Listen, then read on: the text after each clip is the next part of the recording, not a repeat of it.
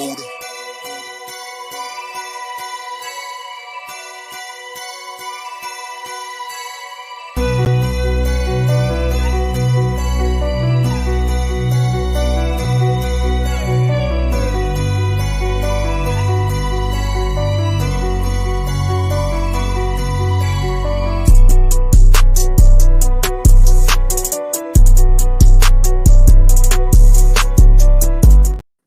Good morning, everybody.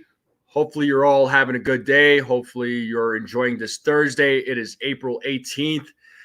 The Yankees are off today, but they won yesterday. They didn't get swept, and what a comeback that was. How's everybody doing today? Hopefully you're all doing well. Let me know in the chat how you're all doing.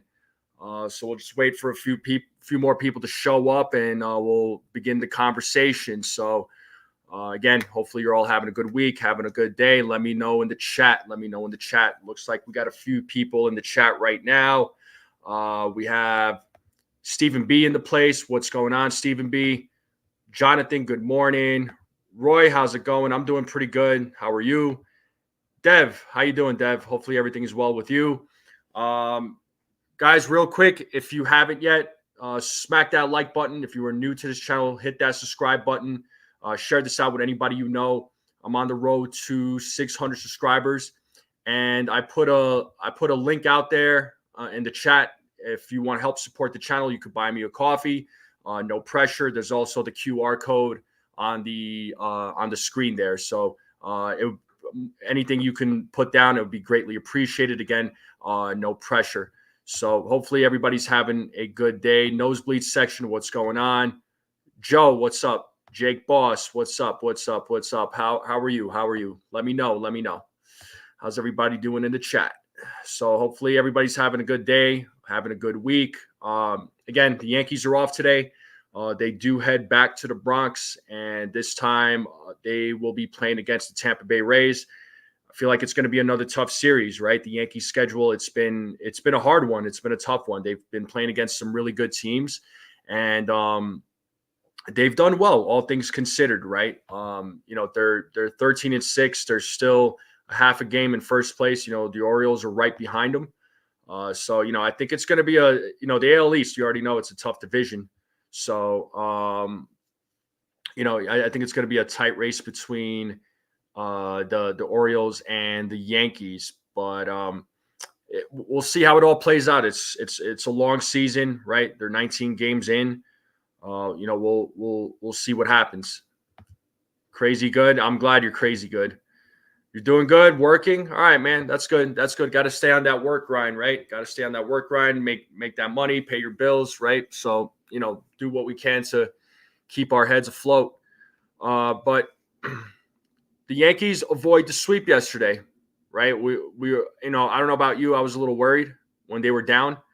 The bats were, cold. There was a few bright spots, obviously. I mean, we saw that. They came alive in the ninth inning. They came alive in the top of the ninth. Juan Soto had an excellent game, and we're gonna talk about Juan Soto. I mean, it's just it's hard not to talk about him. I mean, it's Juan Soto, generational player. He's done wonders for this team so far. He's been great for this team. And he's been a lifesaver, right? So what did you guys think of yesterday's game? They avoided the sweep, right? They almost lost that game yesterday. Again, the bats were cold early on in the game, and then they came alive in the ninth inning. Well, let me know what you all think about yesterday's game. How do you all feel? What did you think of that comeback? Juan Soto went 3 for 3. Soto, I agree, Stephen B. Soto is the MVP of the series. And real quick, just so you guys know, I will put the link to the open panel. So I will hold an open panel here shortly.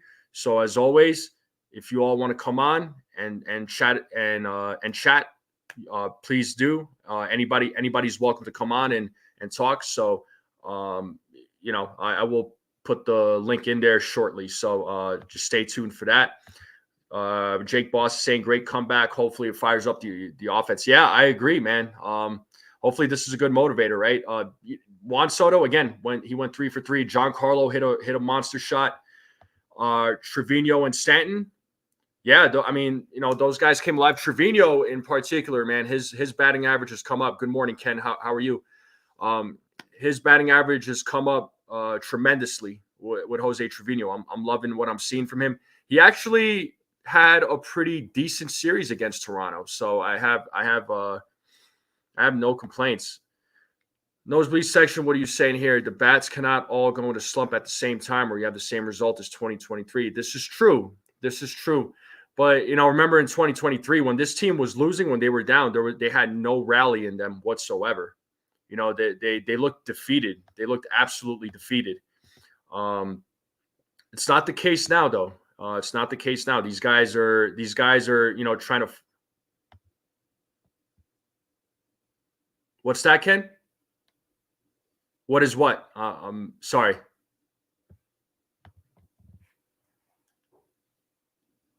So Stanton started to come back in the 8th, but Soto home run started the inning before. Yeah, no doubt, man. When you get a home run or a base hit, you get a couple of guys on, you're able to score a couple of runs. Oh, what is NFE? It stands for, well, according to Sunil, it stands for not for everyone, but that's a joke. Those are the initials to my name. So those are the initials to my name. I figured, my name is it's a foreign name, right? My family are immigrants. They, just so everybody knows, my family immigrated from Turkey, and I'm first generation American. And usually my name it's a struggle for people to pronounce.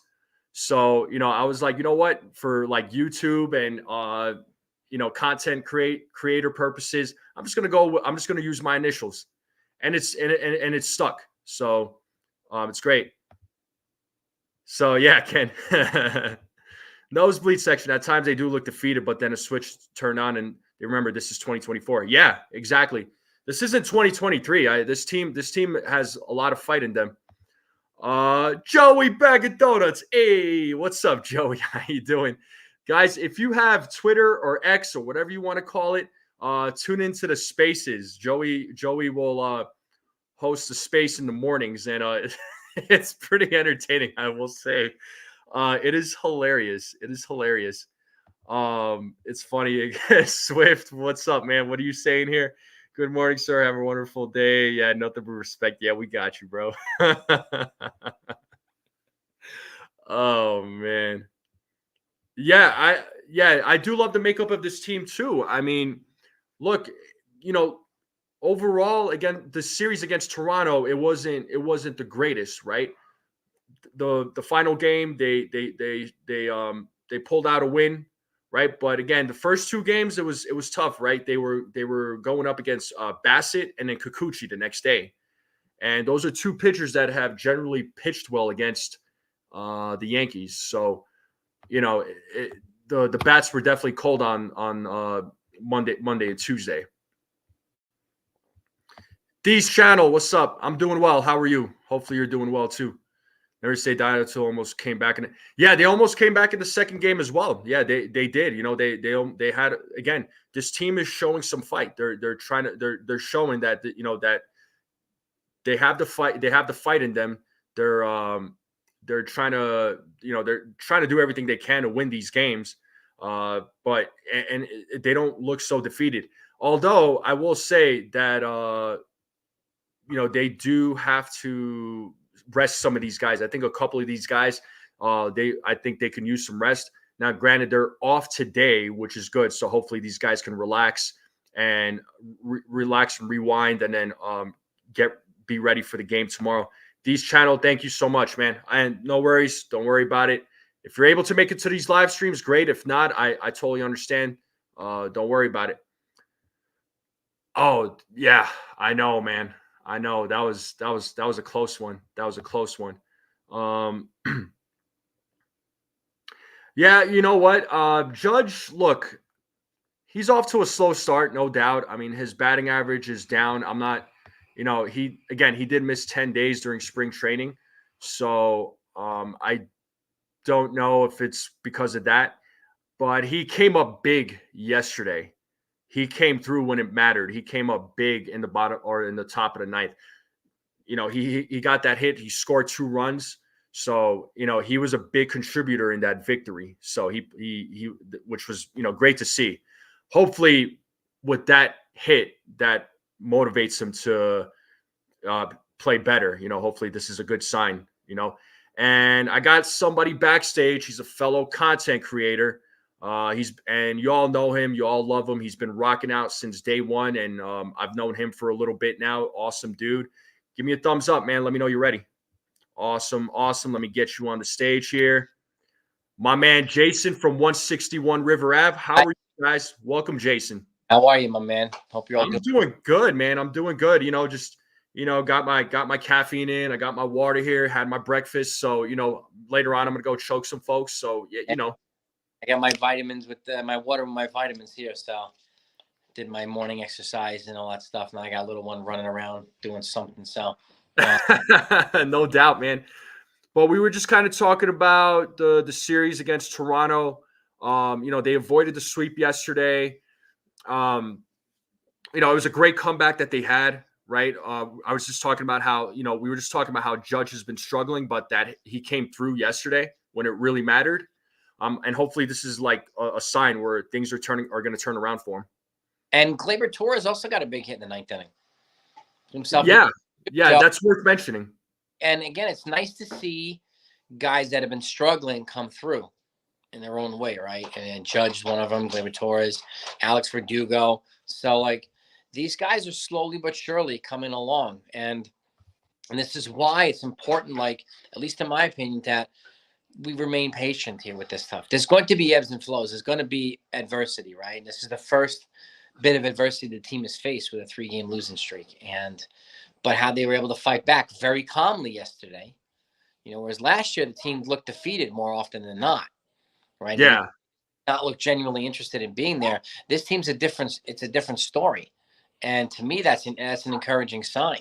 So, and I look at it this way too, and I compare it to us, right, as content creators on the Yankees. We can choose to be bitter about adversity, or we could choose to be better, right? Mm-hmm. What aligns more with your values? And I feel that's the same way with Aaron Boone and the Yankees. They could be bitter and angry about it, or they could be better and figure out a way through this. And they're choosing to be better. That's not to say it's not going to happen, but it does happen. So, and I understand a lot of fans get frustrated. We hear it. Fans are running around with their hair on fire, trashing this one, being angry. It's just like the end of the world for a lot of folks. But it's important to, for our own sanity perspective, to realize that this is going to happen. Look at the Dodgers. They're 11-9 or 12-9. Their record in the Yankees, and everybody was handing them the World Series title for the next 5 years. So, it's early in the season. Yeah. Come around. They probably put their bets with Ipe. Oops, did I say that too loud? I'm sorry. I apologize. But real quick, shout out to the chat. A few folks snuck in here, and I want to get to a couple of the comments because there was a couple of comments that I saw. Anna Marie, what's going on? What's going on, Anna Marie? Hopefully you're doing well. Jeffy came in. So hopefully everybody's doing well. Guys, real quick, smack that like button. If you are new to this channel, hit that subscribe button. If you're not subscribed to Jason, 161 River Ave, we got to get this man to 21K. He does good things over there. So let's get him there. And also, I will put the link to the open panel. If you want to come up, you're welcome to. No pressure. I'll invite you all up one at a time. Get to chat it up with myself and Jason. And then also I put a link and there's a QR code for, if you want to help support the channel, you could buy me a coffee. Again, no pressure, but any support is greatly appreciated. But I want to get to a couple of the comments here. So this first one is from Chet. So he's saying the Yankees' weakness this year is their bench and their bullpen needs to be better. What's your take on that? I don't know that the bench is that weak right now. There's a couple guys hurt. Like Birdie and DJ, they will come back and fortify the bench. I think one of the issues at this point is they're not using some of the bench. Like Jemai Jones is on the bench; he's not playing. So yeah. And like whichever the catcher is, right now, I feel like Austin Wells should be getting more starts than Jose Trevino. I understand why they're using Trevino, but if we want to get a little bit better bat, Austin Wells needs to play more to hit more. And the same goes with some of these other guys. Like, and when DJ comes back, that's the other question. Like, who's going to sit when DJ comes back? Is it going to be Torres, or does he heat up? Is it going to be Cabrera? We have no idea. So. I understand people thinking that the bench is weak, but like some of the guys that they have, like John Birdie, it's going to be important for him to come back because he's versatile in the infield. But it's going to be important for DJ to come back too because he's the only guy to can legitimately back up Anthony Rizzo and give Rizzo a day off or a DH day. So we have the pieces that we need here. We just need him to get healthy. So I mean, these were DJ fouling a ball off his foot. That's a freak thing. So like. Birdie, I think he has like a strain in his groin, so that's a little bit more, muscular related and stuff. So that's a little bit different. But I understand why people feel that the bench is weak, But if we notice too, like how often are they changing the starting lineup? Hardly ever. So the lineup has been. Oh, sorry. Not really using the bench. Yeah. I mean, the lineup has been consistent. I do wish that in a couple of those games that they lost, not that I'm stressing those losses, but I do wish that Boone did utilize a couple of the guys from the bench. Like he did that yesterday. He instead of batting Austin Wells, he put in Jose Trevino, which was a great move. I'm glad he did that because Trevino contributed to that win. So I'm happy with him pinch hitting. But Aaron Boone does need to do more of that, especially if guys are not playing. If they're slumping in that game, and the Yankees need to make a comeback and they need to win. They absolutely have to start utilizing that bench. And I want to say something about their bullpen. Their bullpen is fine. I think it's fine too. I think I would like the starters to go a little bit longer into games. I do think as the weather warms up, as the season goes a little further on, they will. That's why I think it's a good thing to have guys like Luke Weaver. And if Clayton Beater comes up and when JT Brubaker comes over, they'll have more long relief options to make it easier on the starting rotation and to make it easier on the bullpen. Because it serves as an important security blanket for either side. So I hope that they utilize it. I really, really do. But I understand, like, there's been a couple of little blips here and there. Caleb Ferguson giving up a home run or whatnot, but but that's same thing goes to Ian Hamilton. He got some walks yesterday. Clay Holmes had to bail him out. Yeah, no doubt. Holmes has been money. Yeah, he's been on it. He hasn't given up any runs yet. He's got a 0.00 ERA. He's doing better than Josh Hader. So, I'm happy with Clay Holmes. I'm not sure why other folks are not liking him or hating on him, but it is what it is. Everybody's entitled to their own opinion. The next comment I wanted to bring up here is from Ken. He was saying that it is too early to know the makeup of the Yankees. We will know what we have by the All-Star break. This is true because it's still early in the season. By the All-Star break, we'll have a better idea of what this team is about. Yeah, and by the All-Star break, I think we'll have a better idea of what they need for the second half of the season. So, like, we don't know what pitchers are going to be available now, and we don't know if he's going to be pursuing them. So, we have no idea. I think that they've done a better job at forming an identity so far. Yeah, that's credit to Soto, credit to Verdugo, credit to Stroman. These guys have been instrumental in making a more fun to watch Yankees team, a more energetic Yankees team, and a frustratingly patient Yankees team. There's still some batters that need to be exercised at a little bit better, the patience and so on. But Judge, he's bound to come around. Stanton's still coming through. So we have some guys that we thought were not going to come through that are coming through. Anthony Volpe's developing a little bit more too. So little by little, I mean, we're clicking on some cylinders, not all cylinders just yet. But what team is? No team. Yeah, I mean, at the moment, no team is clicking on all cylinders. I mean, as far as the Yankees go, some things are clicking, some things are not. It's worth mentioning. I like that Verdugo's coming around. His batting average is sitting at 242, so his batting average has come up. So I'm glad to see that. these guys are they're slowly coming around. It's just there's a few bumps in the road, but again, they're only 19 games into the season, so I don't think there's anything to panic about yet. So guys that are performing are the guys that are new to the team. So Verdugo, Soto, like most team are the ones that are kind of holding the fort down, while the rest of the guys are slowly coming around. So again, they have an identity, but they haven't figured out how to click on all, from top to bottom just yet. So, like, we do need Torres to come around. I think Torres gets in his own head sometimes. Yeah, too often, actually. And that happened to Volpe last year. I think Volpe got in his own head last year too. Mm-hmm. But it was because they had less, their roster was weak last year, and he put a lot of pressure on himself to be complimentary of Aaron Judge, and he wasn't ready for it.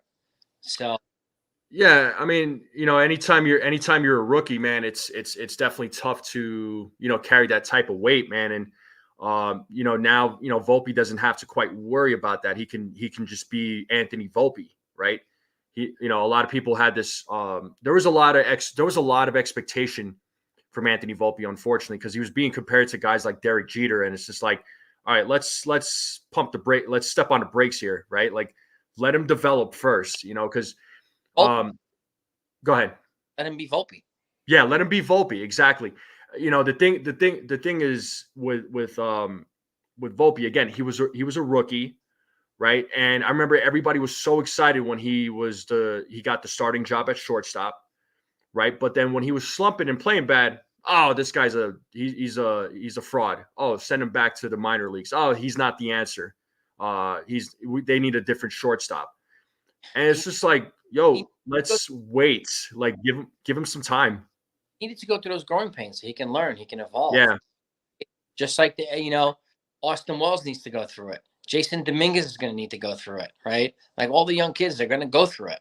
So, and that's okay. It's part of the development. If the Yankees are patient and stick with them, that more often than not, it works out for the Yankees. When it doesn't work out for the Yankees, when they let a guy play once every 10 games and then it's not enough, and then they send him back down and they option him to death, and then they wind up either DFAing him or trading him, and and then they wind up playing well somewhere else for a team that gives them a regular chance to play.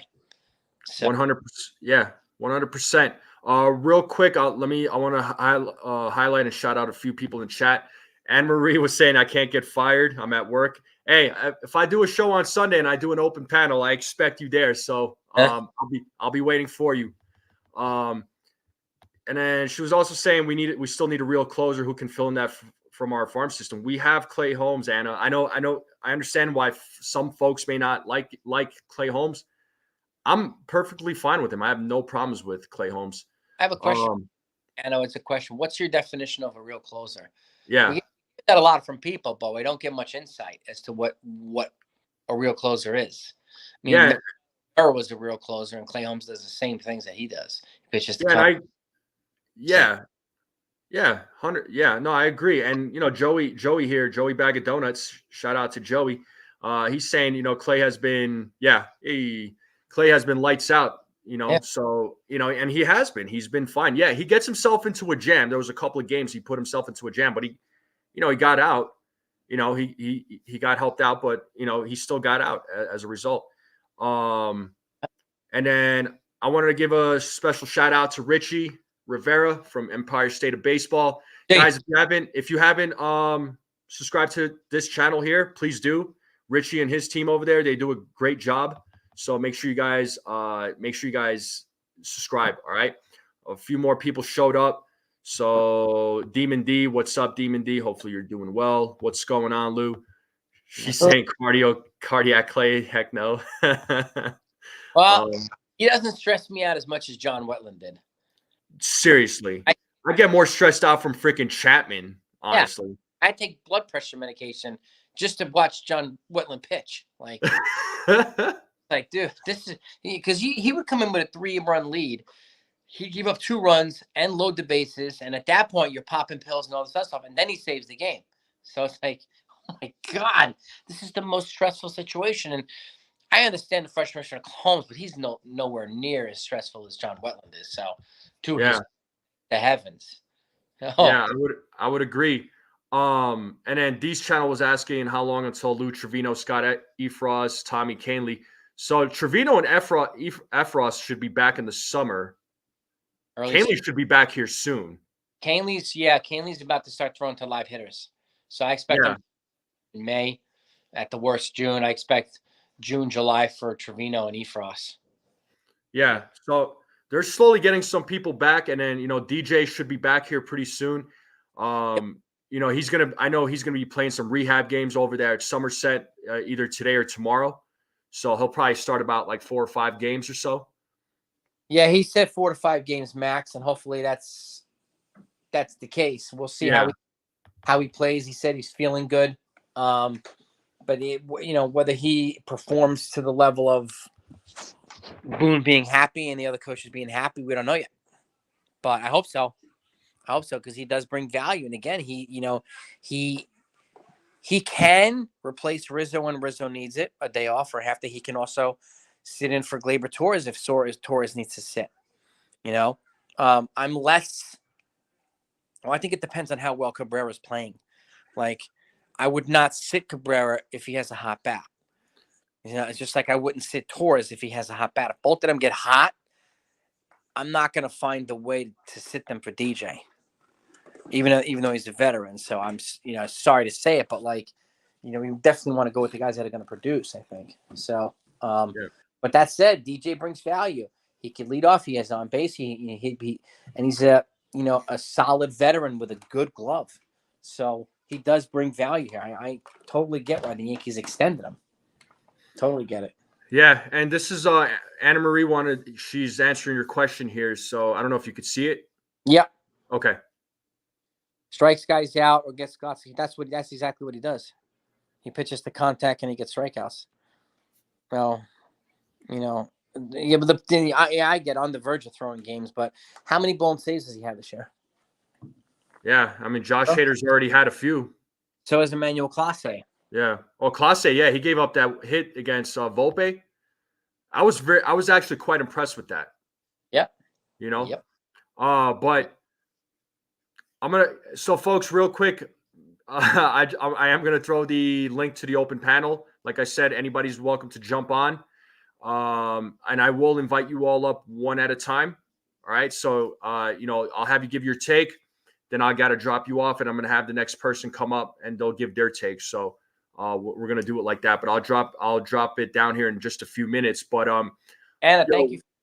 You make important points. What was that?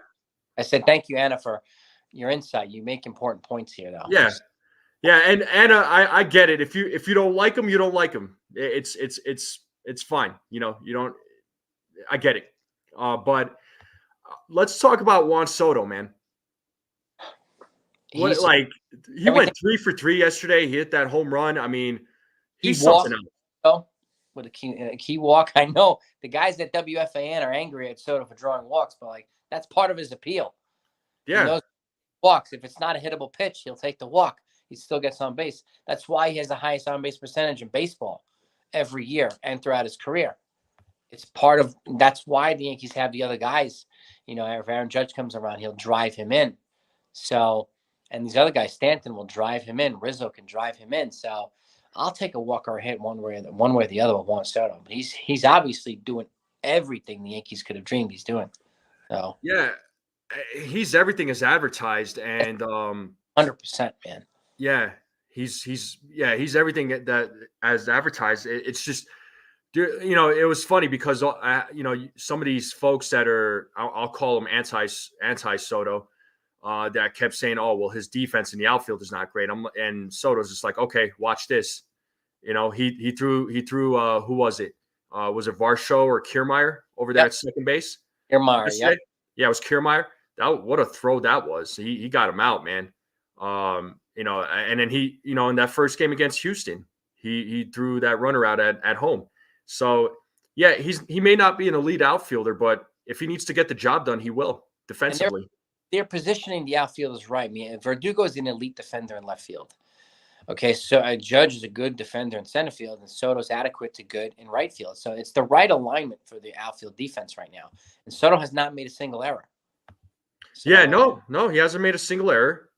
He's done fine so far defensively. Offensively, we're not gonna complain, right? He's done everything he can offensively. The approach is a lot of his teammates. His patient approach is rubbing off on a lot of his teammates, and that's important. Mm-hmm. Really, it absolutely needs to. I mean, you're seeing that, especially with some of the young guys. You've seen that with Volpe, where you've seen that with Cabrera. These guys are a lot more patient at the plate. They're getting the hits. They're getting on base. You know, I know Volpe has been a little shaky over the last. He was shaky over the last 2 games against Toronto, but it is what it is. Like that game on Tuesday, he went 0 for 4. He struck out all 4 times, if I'm not mistaken. It was a rough game, but he went up. He went up against some really good pitching. So Toronto may not be like a strong team, but they could get a little scrappy. Any team in the AL East, as far as I'm concerned, they're tough. And they play the Yankees hard. They do play the Yankees hard every single time, and they're going back to New York, and now they're gonna go play against now Tampa's coming to town. So it's like the Yankees' schedule hasn't been easy. It hasn't been easy. So Tampa's gonna put up a fight. Every team in the AL East right now is over 500. So yeah. Shows that the division is good. Yeah, the division's good, man. I mean, the division's really good. And Soto, I know some folks in the chat are saying Soto needs to get signed by the All-Star break, or they need to sign him now. Listen, whether they sign him now or they wait till free agency, which I still suspect Soto is going to he's going to test the market. He's going to. It's inevitable. The likeliness of Boris allowing him to be signed before free agency is almost 0%. Yeah, it's a rarity. It's a rarity if a Boris client signs an extension. But just like Corbin Burns, I doubt he's going to be extended by the Orioles early. He's no way. And Pete Alonso, also a Boris client. Yeah, no, all those guys are going to test free agency. All those guys are going to test free agency. So, it's going to be. I don't know. It's going to be an interesting free agency. But I'm confident that the Yankees are going to pay this guy, pay Juan Soto. They're absolutely going to pay Juan Soto. They didn't just trade for him just to trade for him, and have him for 1 year and then say bye-bye. Whether it's a break or at the end of the season, I don't care as long as they sign him. Yeah, exactly. I just get the deal done. But you know that Cashman and Hal, I'm sure they're having those conversations. Yeah. They're having those conversations. So And I understand, and I get fans' frustration that they're not letting us in on the conversation. But why would they? So, this is their business, and they don't leak stuff. They just find out one day, that he signed, and that's kind of the way they operate. And I hard to complain. It's really hard to complain. And real quick, I want to give a shout out to Ken. He bought me 3 coffees. So I want to give a quick say that again. Very generous, Ken. Thank you. Yeah, very generous of you, Ken. Thank you so much, sir. It means a lot to me, you guys. Thank you. So I just wanted to put that out there that he bought 3 coffees. Shout out to my guy, Ken. If you guys don't know Ken's very knowledgeable when it comes to the sport. He knows a lot about the Yankees. Every video I put out, the man is dropping comments. So, he's a very knowledgeable guy, just so you're all aware. And he comes on to the open panel, which I'm going to post a link to the open panel right now. So anybody who wants to come up and chat it up, please do. Yeah, thank you so much, Ken. You're the man, bro. You're the man. Thank you so much. But I'm going to post a link right now. Anybody who wants to come up, please do. And Anna Marie, if I do go live on Sunday, I will do an open panel. I want to see you, Anna Marie. All right. But there's the link, guys. Here's the link. Just, again, anybody who wants to jump on, please do. So, you guys stream on Max TV? That's cool. You said maybe? Anna Marie, don't let me down. Don't let me down, Anna Marie. Believe it or not, too, Anna Marie. I know we discussed this yesterday. I'm outside of like YouTube and all that. I'm a pretty like introverted person, depending on the environment and the people I'm surrounded by. I'm pretty quiet. I'm like very low key. I'm not really like into the crowds. If I go to games, I'd rather be surrounded by like 2 or 3 people or something. You know, Same. I'm just not really much into like the large crowds or whatever. But I know it's a baseball game. I get that. And we got our first person coming. I'm gonna bring him up right now. You got the courage. I believe in you, Anna. I believe in you. So, Ken, give me a thumbs up. Let me know you're ready, sir. All right. Yep, I see you. Ken, good morning to you, sir. How are you? Good morning, fellas. Morning, Ken. Not a bad day in the neighborhood, actually. No, sir. It's a good day in the neighborhood. Where's your neighborhood? Virginia Beach, Virginia. All right, man. Nice. Retired Navy Master Chief. Hey. Actually, fully retired now, so I like to take treks and visit ballparks and Thank go you with my wife. your service. I have an uncle who was on the teams. Was a Master Chief as well in the Navy. And we have a guy that's a content creator. Who's Mazza from Fort Train Express. He's currently in the Navy right now, Ken. Active duty. Yep. Active duty.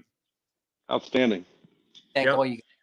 So, and you're getting some love here, Ken, from Anna Marie. She's saying thank you for your service, Ken. And then Richie from Empire State of Baseball is also saying salute. So you're getting some love in the chat here, sir. Appreciate it. It was 31 years of hardness for my wife and my kids, but I bet, man. It was well worth it. Yeah. How often were you deployed, and did you have to go away? I had 31 years of service. I was on sea duty 24 to 31. Whew. Okay. I did 16 major 16 6-month or longer deployments. That's I remember the 96 World Series when the Yankees were playing the A's or the Braves. Yep. I was sitting in a bar in Crete watching the game with a bunch of other Yankee fans. Nice. Yankee fans are global. I love it. They're everywhere, all over the world. Something that's gotten better with the technology is the Armed Forces Network. It's a satellite broadcast thing. They're able to bring the playoffs, regular weekly games, World Series to the folks serving at sea. So that's a very big morale booster. Booyah, Master Chief. I love it. Man. Awesome, man.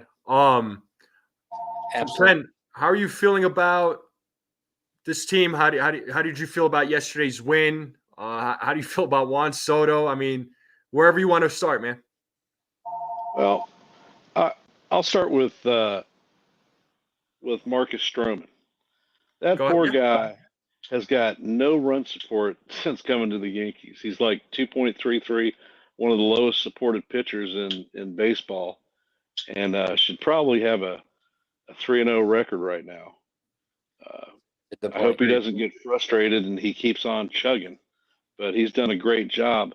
A lot of people have been complaining that he's not getting a lot of strikeouts. Well, if they know anything about Stroman and pitching, he is not a strikeout pitcher. He is a ground ball pitcher and soft contact guy, and he's doing exactly as advertised. And I think what we paid for him in free agency was a steal. Absolutely. To your point too, Ken, I wouldn't be surprised once John Birdie and DJ are off the IL to see them in the games more often on the days when Stroman's pitching to capitalize on the defense. Agreed. Bullpen, I think Clay Holmes has done a fantastic job. I know during the offseason, everybody was wanting Josh Hader, $95 million man. The guy's got a couple of losses. He's blown saves, and our guy is chugging. He has one blown save, not really his fault, and he's got 6 saves. He's doing what he does. And if you look historically at Yankee closers, they're all cardiac kids. Even Mo, towards the last part of his career, was a cardiac guy. Mm-hmm. Yeah, and then you got Rafael Soriano, who's kind of stuck in there. When Mo tore his ACL, shagging fly balls, they brought in Rafael Soriano. He was another guy, cardiac guy. So And you were talking about Wetland being your cardiac guy. yeah, Well, mine was David Robertson. I swear to God, he lived to push me off the edge every game he pitched. true. And to no lesser degree of Aroldis Chapman too. I was always try. I mean, he the hardest throw in baseball, but it was a test to the ticker every time he pitched, man. Like, my goodness. Betances, when Betances was a setup guy, he was Yeah, lights out. He was one of the best pitchers in baseball. You stick him in the ninth to be the closer, and he was a shit sandwich. it's true. Yeah. It's unfortunate with Betances, though, man. The injuries plagued his career. You know, and he was forced to retire as a result, man. He just was never the same, you know, but excellent pitcher. I loved watching him pitch. You just knew that he was going to bring his A game, but unfortunately, just his injuries Big plagued arm. him, you know, so. Big arm. I mean, if you look at really the composite of the Yankee staff this year, Rodon might be the only hard thrower that we have that you would class as a strikeout pitcher. Maybe Hill, if he can figure out where the strike zone actually is. But the other pitchers, Schmidt, he's not a power pitcher. He's a soft contact guy. Gives up more fly balls than I'd like, and wish he could pitch past 70 pitches. Nasty Nestor, he's definitely not a power strikeout pitcher anymore. Well, not that he ever was. So half our staff is contact guys, and that's why the defense is so important. Yeah, which is why it's so important that Gerrit Cole comes back healthy. Yeah, I mean, I'm glad that Gerrit Cole. I mean, I'm glad you guys brought him up, but Gerrit Cole, he's pitching from 75 feet now. He's throwing from 75 feet, and sounds like he's doing fine based on what Aaron Boone is saying. So that is some encouraging news.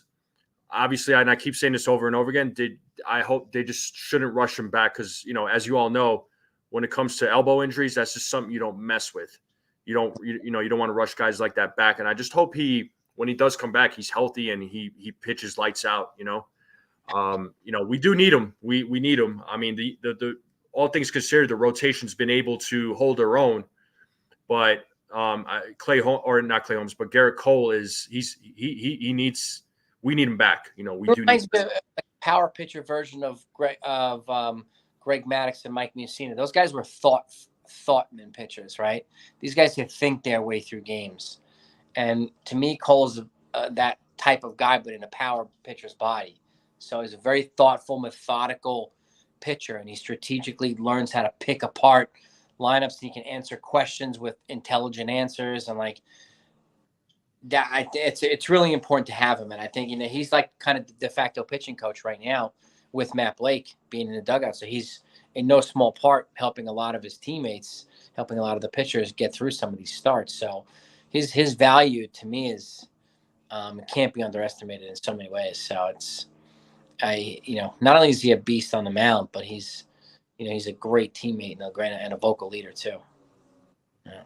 I mean, you mentioned Greg Maddux, and as a former pitcher, I used to live to try to emulate him with the precision of his pitches. Maddux never threw higher than 92, 93, but wherever he put the ball, it was exactly where he wanted to be. It was sort of like a baseball Larry Bird. Yeah, he was like a Da Vinci on the mound. It was just painted his masterpiece all the time. And he's one of the best right-handed pitchers in our generation, in our lifetime. So he's in terms of a crafty pitcher, I mean, he's probably the best, I think, probably of all time in terms of craftiness. Like, to me, Pedro Martinez was a power pitcher in a tiny body. And Maddux was, a craftsman in an average body too. But he maximized every inch of his skill set, every inch. And he added intellect to it, which is such a valuable weapon. The team, I think is looking okay. Obviously, we're not firing on all cylinders yet, and when that day happens, Yankees will be an unstoppable offensive force. But truly, for you to win, you need to have 3 or 4 guys that are playing well. Mm-hmm. The rest will fall in line. We will score runs. They're out there. It's just using smart at bats and advancing runners when we need to advance them. Yeah. And not being afraid to draw walks, which I'm glad they're doing more often than not, because the home runs that we hit now tend to be multiple guys on base home runs more often than solo shots. So it puts them in a position to just score more runs and manufacture more run production, which does, and credit to James Rosen and some of the other guys here for giving these guys a little bit more of a disciplined approach at the plate. So, one of the interesting facts that I was reading is that for this season, 4 out of the top 5 people seeing pitches are Yankees. Yep. And you're not seeing the 3 swings and you're out heading back to the bench. Well, you've seen a few of them, but not as many as we have in the past. Yep. Yeah, and I wanted to bring up this comment from Richie here. He was saying, I would love to see this team acquire a corner infielder when the time comes, relying on a 35-year-old Rizzo and a 36-year-old DJ to be in prominent roles all season is ill-advised. He's saying, give me Brandon Drury. Thoughts? The Drury experiment didn't work that well the first time he was here, but then he didn't get much playing time. I think it's and acquiring any infielder. If you want him to have playing time, you're going to have to move an infielder. That's the only way he's going to get some a semblance of regular playing time. So, and which is why I'm happy that they have Birdie here, and they can even call up a guy like Caleb Durbin, who's an infielder who plays second base in a couple other spots, and he's an undersized guy, but he's a stolen base machine at a double Volpe level, triple. You talking like almost Ronald Acuna level stolen bases. So he's the type of guy that could also be a prototypical leadoff hitter and serve that corner outfield spot too. So it's just a thought, but I do think, I understand the concerns about DJ being 35 and Rizzo being 36. I totally get that. Birdie, I think, is 29. I think. Durbin, I think, is 21, 22. But I understand. I mean, I get the appeal for Drury. I was excited about him when he came here last time, and unfortunately, it didn't pan out. But again, he didn't play enough. Yeah. So John Birdie, Jason, is 34. Is he 34? Okay. Yeah, but I would love to see. Caleb Durbin. I've been hearing a lot of good things about him. I know you put a video out about him recently. Dane has talked about him a lot, and so has Rob from Pinstripe Chronicles. Rob was really big on him, and so was Dane. Talking to both of them because I know Rob's been focusing a lot too on the minor leaguers, and yeah, it sounds like there's a lot of potential with Caleb Durbin. I've seen some highlights from him, and he looks freaking good. It reminds me more of Dustin Pedroia than he does Jose Altuve. He's only 5'6", so he's undersized. Like Jose Altuve's got sneaky power. Altuve, I'm not seeing that much in Durbin, but we don't really need to see it in him. If he's stealing bases and getting on base and driving guys over, and he's hit since he's come to the Yankees, he's hit over 300 in every level in the system. Caleb Durbin. So even in the Arizona Fall League, and he's in AAA now, so he only needs one level call up. So he could be a guy that could be a guy that could be called up this year, that people aren't thinking about, and would represent a good, a decent upgrade too. Yep. And real quick, shout out to TC Steels. What is going on, TC? Hopefully you're doing well, man. I know you and Hector are about to go live here shortly, so I'll definitely tune in and say what's up to you guys. So hopefully you're doing well. TC, how you doing? Make sure you guys subscribe to the Morning Brew. all the channels. I mean, we all try to support each other here as much as possible. So, we're trying to grow each other's channels here. So we're having a good conversation here with Ken, Jason. So, I love like I said, I always love the knowledge that Ken brings because, he's watched the game a long time. He knows baseball. He's played baseball, knows the Yankees. So, definitely has a lot of knowledge about the game. But, wisdom and welcome. Yeah. Oh, yeah. Yeah. Appreciate you, Anna Marie. I know you're sub to every content creator, so appreciate you. Thank you. Thank you. Good. The positivity show in the morning. Yeah, that's a fun one. You guys were talking about Wells earlier. Yeah. Yeah. Go ahead, man. I want to give your take on that. I think that he needs to go down to AAA. He's not getting enough bats at the major league level, and he just doesn't have that presence when a pitcher needs the catcher to come out and calm him down. Especially Schmidt. Schmidt's one that I noted particularly that he could have gone out and defused a couple of situations with him. He's just not got the experience to do it yet. Who would you replace him with? There's a guy on the 40-man roster down at AAA right now. Navarro. Narvaez. Yeah. Yeah. Okay.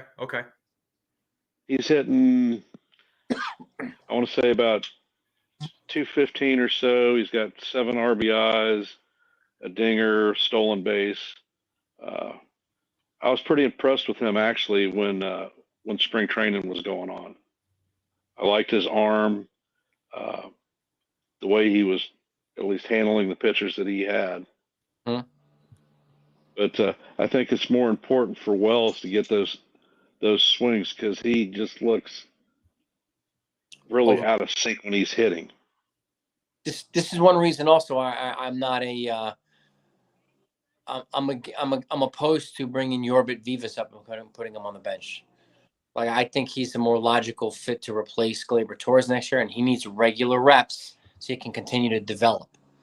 So, and the same, man, you're right. The same could apply to Austin Wells too. There, and these guys need regular playing time. If you're not getting regular playing time, you're just sitting on the bench. It's not really helping your development. So, well, where do you think Peraza is going to end up at? I think he's going to wind up being traded. Unfortunately, I don't think there's a spot for him now, only because of the emergence of guys like Roderick Arias and George Lombard. Those guys are younger than him, but they're ahead of him now. And Roderick Arias is, surprisingly enough, he's got a higher defensive rating than Peraza does. And Peraza is already known to be major league level elite, and Arias is ranked even higher than him. So I do think Arias and Lombard are going to make it harder for Peraza to come back here and get any opportunities. Yeah, and real quick, Ken froze up for a minute, but it looks like he's back. I was going to say, you're good, man. Yeah, I think I am. No, you should be good now. Looks like you're unfrozen, so you should be good. But yeah, some folks in the chat are saying that Wells needs more consistent playing time for him to be better.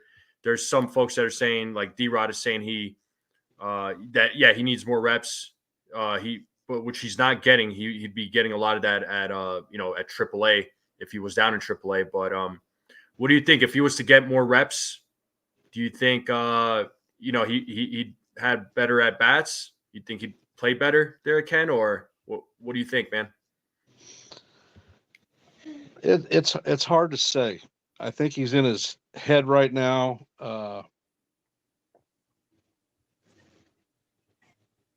Moving to a comfort zone would probably be a good thing for him. Okay. All right. That's fair. And here's another name that's always talked about too is Gleyber Torres. I don't think he'll be gone by the trade deadline personally. I don't see it. I think the Yankees let him walk in free agency. I think that's what happens. Yeah. If they somehow fall out of contention, I could see a Torres trade. But if he doesn't Sure. have any value, it doesn't make any sense to trade him. So, and just something to keep in mind, if he's not playing well enough to be traded, then he's likely not going to get a QO either. So there is a chance, and that's option C. Like, you want option 1, you can trade him. Option B, you can let him walk with a QO and get some draft picks and money back. Or option 3, he doesn't play well enough to get either, and he just walks for nothing. So that option has to be considered as well at this point. But I do believe in Torres enough to kind of right the ship. He's young. He's very good. So I do think that he'll come back to being Gleyber Torres. So we might not need to trade him at the deadline. And if we're contending and he's hitting well, there's no way he's getting traded. Yeah, look, I've always said I really like Gleyber Torres. I really do. But it's so hard because he's one of those guys where it's just like, if you hate to see him go. I know Yankees have lost other players in the past to free agency or they traded them. But it was one of those things where I'm just like, well, okay, it is what it is. But Gleyber, for some reason, man, it's just he's one of those guys. Like, assuming that he doesn't come back, I'm definitely gonna miss him. Same. I will, because I like Gleyber. I really do. And it looks like he's developing a bond with Juan Soto too. Yeah. Or I know. No. What do you think, Ken? Well, there's only so much money in the pot. The ultimate goal is to sign Soto. You're going to have to make sacrifices, but we need to keep some of these young guys around too, because that's how we're going to be able to be competitive with payroll. Mm-hmm. And everybody, this is the thing that drives me nuts about Yankee fans. They think that the coffer is unlimited, and they want every A-list player, which is insane. We'd have a $600 million annual freaking salary for the Yankees, which, is not sustainable. Yeah. And if you look at the last Yankee dynasty, it was comprised mainly of people that came up through the farm system. Yeah. And then we added pieces. Yeah. Yeah. To your point, the first time in a while that we can actually say we can replace Gleyber Torres from within the system. But we haven't been able to do that in a long time. We have Exactly depth in the system now to complement some of these higher paid players with some of these young controllable ones. So, and which will help balance out the payroll. So you're absolutely right in that regard. 100%. And I mean, Soto is going to demand a king's ransom Yes, sir. for his return. So he what will. you need to look at is what other players you want to or have to sign to keep the team competitive or take a step up. True. And I'll tell you what, personally, from the pitching standpoint, starting pitchers, I would be paranoid as hell with all these elbow injuries. You're paying a ton of money to a guy that you're essentially going to lose for a season because of an injury. He's right. I agree with that. Yeah, 100%, Ken, 100%. But I wanted to pull up this question here from D-Rod. He's saying, how would you feel if Torres accepted the qualifying offer if it was offered to him?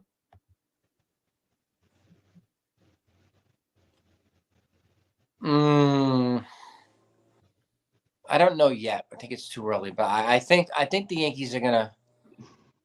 I think the Yankees' logic, and I can't speak for them, but to me, it looks like their logic is they'll only offer him a QO if they know he's not going to accept it. If they know he's going to turn it down, walk away, and sign a big deal from elsewhere, which, and I think some of this hinges upon his resurrection with his bat, right?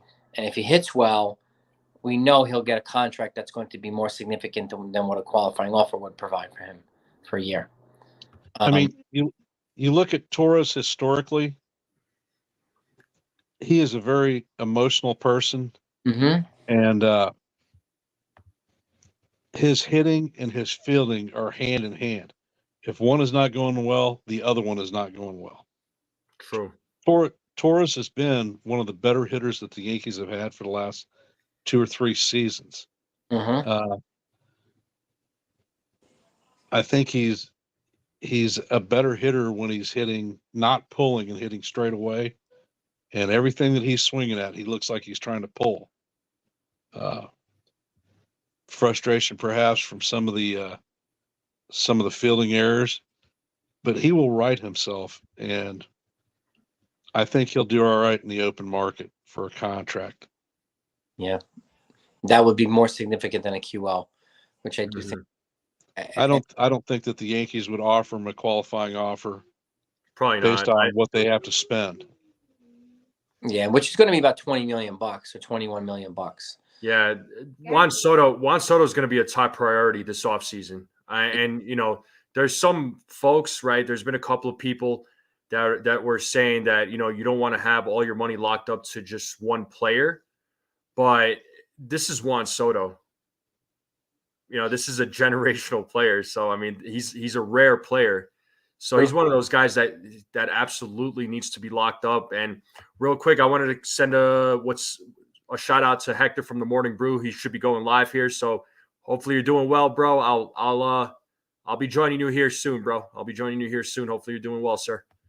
But yeah, Juan Soto, in my opinion, he's just one of those guys that absolutely needs to be locked up. He's a generational talent. He's a rare player. I mean, he's a whole package. He's just an all-around great player. Like I think what some folks were trying to say is that don't tie up all your money into one player where you can't add on to the team. But to that logic too, I mean, there's a reason why they didn't pay double for Blake Snell. Right. Why they didn't pay double for Josh Hader or double for Jordan Montgomery. It's for this. Mm-hmm. And not only the fact that none of those guys are worth double, okay, which would have been an unwise investment in itself, but it would have made it harder for them to re-sign the more important guy, Juan Soto. And I'd rather pay top dollar for Juan Soto. We know what we're going to get, whereas the other guys, we don't. So that's, to me, that's the logic I would run with. If you look at the composite of the Yankees' salary, it's tied up in Judge, Cole, Stanton. Rodon. Hopefully, Rodon has a big chunk, and hopefully Soto. So you will end up paying most of your money to 5 players. Yep. And this is why it's important to have that influx of young guys, right? Volpe and Dominguez and hopefully Spencer Jones and Austin Wells and some of these other young guys to help offset that, because they're gonna, they do a good job at. And this is one of Cashman's bread and butter. He's good at acquiring relief pitchers with a lot of controllable years. So he has these guys, veteran pitchers, for 3 or 4 years on the relative cheap, and he continues to do this. So he's very good at that. And on occasion they'll sign one in free agency or bring a guy up. But I do, the Yankees are deep enough on the pitching side now too to have that security blanket as well. There'd be Clayton Beater, Will Warren, some of these other guys that are shortly behind them too. So they have a stable, not only on the offensive side, but on the pitching side to help balance out payroll for years to come. And then over the next couple of years, after this year, after next year, Hicks's money comes off the books. After the year after that, DJ's money comes off the book. The year after that, Stanton's money comes off the book. So you're getting about $100 million off the payroll over the next 3 or 4 years. And it will be important in order for not only for Soto, but to extend guys, and Dominguez and whoever else you want to extend. Yeah, it's going to be interesting to see what the Yankees, how they form their team in the upcoming years. I mean, they have loads of talent in their farm system, but I could see them. I could see them utilizing their farm. I see them more or less utilizing their farm and maybe signing a couple of free agent names. They haven't been this deep in their farm system in a while, so it'll be interesting. And again, I don't expect all these guys to obviously make it. Some of these guys are either going to get traded or DFA'd at some point, right? There's certain names that definitely need to come up to the major league level, and I know there's a couple of names that are obvious, right? We know Jason Dominguez at some point he'll be back. Spencer Jones is going to come up. He's not going anywhere. Caleb Durbin is probably another name. Arias, Lombard.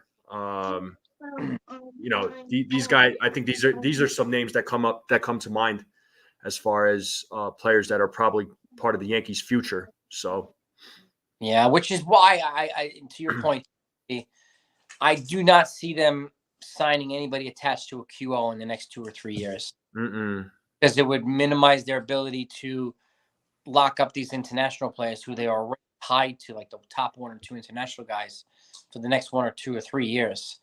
And signing anybody with a QO would cut deeply into their ability to do that. So I could see them going the international free agent route over the next 3 years, and then signing free agents or trading for guys that are not attached to QOs. Yeah. I mean, that was the reason why they were holding back against guys like, signing Blake Snell, is because he, came with a qualifying offer, right? So, if they signed him, they would have lost a couple of draft picks. They would have lost that IFA money. And I'm glad they didn't sign him. Look what he's doing in San Fran right now. The Yankees gave him more than a reasonable offer, but, him and Boris wanted to get greedy. Well, as I say, and Ken will agree with me on this, is go kick rocks. Yeah. Thumbs up. There you go. They made a lot of strategic. This is the most strategic offseason that I've seen them have in a while. Mm-hmm. They set themselves up for several years to come that they've had this year. So, and they got the right guy in here. And Juan Soto, I know a lot of team fans hate that, and Mets fans hate it, but we have him here now. I don't think they're going to let him go. So, no way. I think, it's a good thing that they've got Will Warren and Chase Hampton coming soon, Henry Lillane, Brock Selvage, like these other guys. So, and Spencer Jones. And again, if Spencer Jones could be, we've talked about this too, NFE. Spencer Jones could be Anthony Rizzo's replacement at first base, because it's the easiest way to get him and Dominguez in the lineup at the same time. Yeah, and I know there's folks that are opposed to Spencer Jones playing first base, but he played it in college. Yeah. Yep. And I know he's an outfielder, and he's a great outfielder. I'll give him that, but he can absolutely play first base. I mean, if we're trying to keep both of these guys, if we're trying to keep Jones and Dominguez, we're trying to have them in the same lineup, which that's what I want. I mean, I could see a scenario where in the future Jones will be replacing Judge, because Judge is going to he's slowly getting up there in age, right? Yeah. So, and they could get somebody to play first base, whoever that may be. It'll be that'll be a need eventually at some point. Mm-hmm. True. But, go ahead. It's funny though. You need to remember that you can't win a season with just home run hitters. You've got to have those table setters, right? And you talk about Dominguez. Dominguez is a big bat. Jones is a big bat. Judge is a big bat. Soto is a big bat. Well, where are the little Indians coming from? Volpe? Yep. Mm-hmm. That's one. Yeah. Vivas, could be Vivas. Could be Roderick Arias. It could be. I mean, to me, Soto is the combination of both sides. The play when the contact, who just happens to. All right. To me, he's the best left-handed hitter in baseball. But he does have the power. So you're right. We do have the power guys, and Spencer Jones is a big bat as well. So, and Dominguez is another one. He hits for a switch hitter. But this is where it's important, like that they continue to develop guys like Arias and Lombard, because they can provide that Volpe dynamic that they need to complement these power bats. Right. I will tell you, when free agency comes, the player that we lose that I think I'll probably miss the most is Verdugo. Me too. Actually, you're not wrong, man, because I do like Verdugo's energy and his attitude. His defense in left field was something that the Yankees were missing big time, and his at bats have been a lot better. Like I said, his batting average has gone up to 242. So he's slowly coming around, man. But I agree, Ken. He's the one guy that I would definitely miss. I would absolutely miss. A lot of Well, singles. his defense in left field compared to that shit show we had last year is night and day. 100%. +9 defensive runs saved. The Yankees had -26 in the outfield last year. Yeah. And defensive run saved. He brings +9 by himself. That's a pretty significant upgrade in outfield defense. And now you have him. You got Judge, who's an elite defender in center. You got Soto. We've tightened up the outfield defense quite a bit. So it's much better than, like you said, Willie Calhoun, Franchi Cordero, The Fantastic Four. Aaron Hicks. Who else? We have Billy McKinney, Jake Bowers. Thank you, those guys. Thank you guys for your playing for the Yankees. But this is definitely a marketable and noticeable defense and offense in the outfield. So, yeah, no doubt. no, I'm doing it. I'm gonna slowly wrap it up here, you guys. I'm gonna slowly wrap it up here. So I appreciate everybody coming on. Ken, thanks for always jumping on. I know whenever I do these open panels, you're always, jumping on. So it was good to have you on for as long as I did. There was nobody else that came on. So, appreciate your knowledge on the game and the sport. You get it, man. But, I'll definitely go live again on Sunday. I'll probably do another open panel. Anna Marie, I hope to see you. I want to see you, Anna Marie. I want you to come up and chat it up. And don't worry, I'll make sure you feel comfortable. So, but any final thoughts, gentlemen, that you want to bring up? How do you guys feel about the Rays? How do you think the Yankees are going to do against them? I feel like it's going to be some tough games, right? Again, any team you play against in the NL East or AL East, excuse me, it's always tough. It's never easy. But how do you all feel? I think the Yankees are in a better position to come out of April over 500. I was worried whether they're going to be at around 500. I think they're going to be over 500 by several games. Mm-hmm. I like that they've gotten off to a good start, and it's given them a little bit of a cushion because their schedule is pretty tough. April and schedules for the Orioles and Red Sox are not. So with a tougher schedule, the fact that they're playing well is an encouraging sign. Without guys really hitting, it's an encouraging sign. Yep. Against the Rays, they've had our number for a lot of years, and yeah, it was the one spot on the schedule that really annoyed me. Yeah. Is knowing that we were going to lose 2 out of 3, if not get swept. But this year, their starting pitching isn't there. Neither. The backside of their bullpen isn't great. So I think we have a pretty good shot at taking this series, especially in our house. Yeah, they lost Glasnow, they lost Margot, they lost Wander Franco. So some key contributors they're lost. But they still have a great job. They do a great job of developing young players, but I do think they're going to take a step back this year a little bit. Well, their big gun starting pitcher is out for the season with Tommy Johnson. That's a good point. Yep. Mm-hmm. Mm-hmm.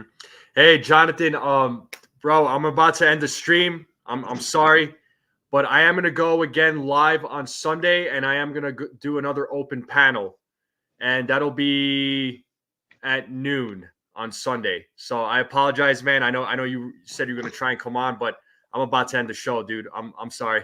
So, well, I'll get you in next time. All right. I will get you in on Sunday. So make sure you tune in. But yeah, I will go live again on Sunday, you guys and gals, at noon Eastern Standard Time. So be sure to tune in. I'll do another open panel. But I'm hoping the Yankees. I'll say this. Look, I think they'll take 2 out of 3 against the Rays. Would a sweep be awesome? I would love to see a sweep, but I don't know. I feel more confident with 2 out of 3 because the Rays are going to play us hard. The Rays are going to play the Yankees hard. They always do. They're going to bring it, but I think this time around it's going to be a different story. This is a much different Yankees team. This ain't the 2023 Yankees. So, I think they'll take 2 out of 3, but we'll end it with that.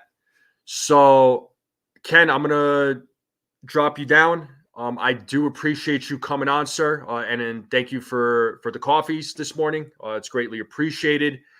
You're welcome. Yep. And anytime you want to come back on, obviously it's open to everybody. But you're always welcome, sir. Okay, I appreciate it. Thank Yes, you. sir. Enjoyed Yes, the sir. show. Yes, sir. Have a good day, sir. It was a lot of fun. Yep. All right. Oh, bye-bye. Oh, didn't mean to cut you off there. Sorry. You have a good day. But I want to thank everybody for tuning in. D-Rod, Anna Marie, Ocean View Coffee Shop, Spinning Mantis, Hector, TC, Stephen B. Jonathan, I know you came in. Sorry, man. I'm closing out the show. I know you were trying to jump on, but I'm gonna close it out. Jason, thanks for being the co-host, man. I greatly appreciate it. It was a lot of fun, bro. I love having you on here. Richie was on here. Lou, Jake Boss. Who else? Joe, Ken, Lou, Platypus. Nice. Marvin. I mean, all you guys. Nosebleed section. If I did not mention your name, I apologize. But thank you for tuning in. Jason, thanks for jumping on. Have me. I will go live again on Sunday. Hope to see all of you there. And I'll see you all next time. Have a good day, everybody. Peace. Deuces.